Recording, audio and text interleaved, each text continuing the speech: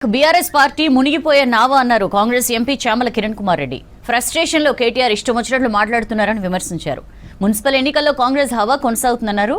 నల్గొండ జిల్లా చిట్యాల మున్సిపాలిటీలో 3 కోట్ల వ్యయంతో చేపట్టనున్న డ్రైనేజ్ సీసీ రోడ్డు పనులను ఎమ్మెల్యే వేముల వీరేశంతో కలిసి శంకుస్థాపన చేశారు. శివనేనిగూడెంలో చెత్త డంపింగ్ యార్డును తొలగిస్తామని హామీ ఇచ్చారు.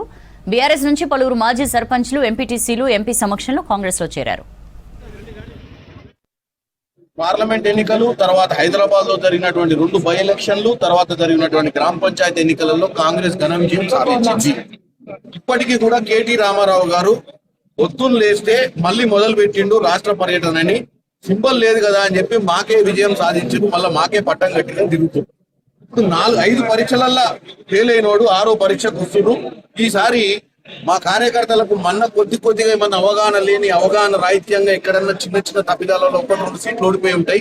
ఈసారి 12కు 12 ఈ రోజు చిట్యాల్లో గెలవాల్సినటువంటి పరిస్థితి ఉందని చెప్పి మేము ఇయాలనే ఆర్గనైజేషన్ చేసుకున్నాం. ప్రతి దగ్గర కూడా ఈ రాష్ట్రంలో వీరేశన్న లెక్క ఎక్కడైనా కానీ మా ఎమ్మెల్యేలందరూ కూడా ఇమీడియట్ గా కమిటీలు వేసుకొని, ఎందుకంటే నోటిఫికేషన్లు వచ్చినాయి కాబట్టి కమిటీలు వేసుకొని రిజర్వేషన్లు ఏదైనా జరగవచ్చు, ముందు మన ప్రయత్నం మనం చేసుకుంటూ మనం సమన్వయం చేసుకోవాలి మన కుటుంబంలో.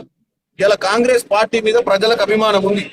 మన నాయకులే అందరూ సమన్వయం చేసుకొని ఎట్టి పరిస్థితుల్లో మనస్పర్ధాలు లేకుండా క్యాండిడేట్ ని సెలెక్ట్ చేసుకునే ప్రక్రియ చేసుకోవాలని ఇక్కడి నుంచి మెసేజ్ చేయడం జరిగింది.